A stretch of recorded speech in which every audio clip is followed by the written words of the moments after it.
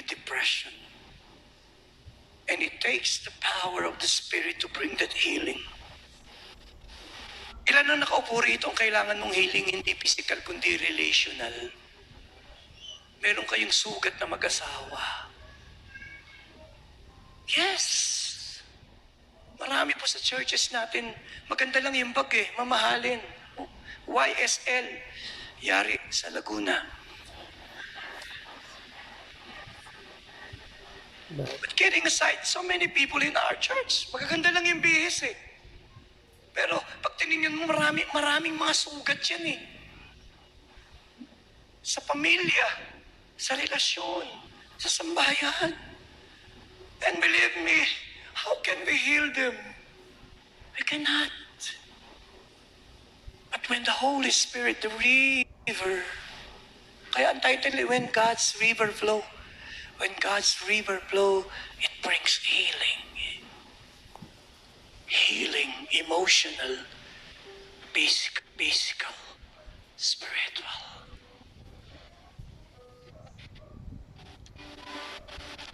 It shall flow like a river. It shall fall like a rain.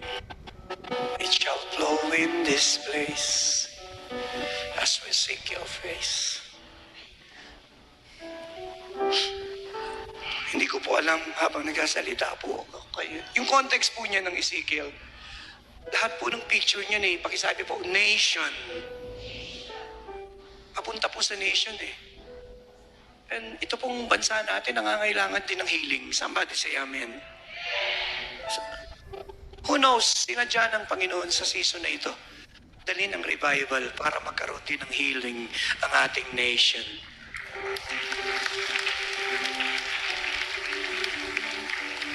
We don't know. We don't know. May nanganak ito po ngayon, you're battling with discouragement, anxiety.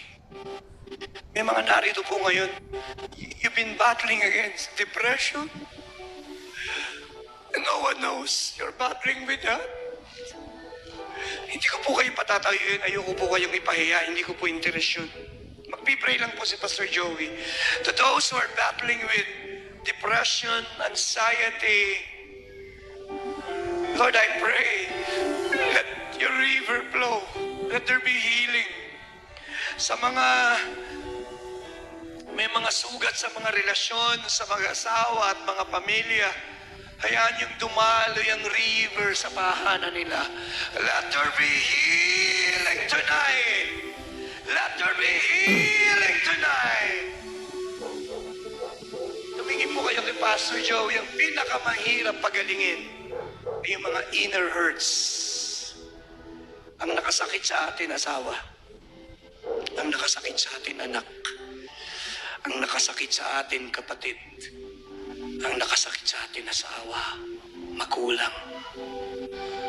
It takes the power of the Holy Spirit to bring healing.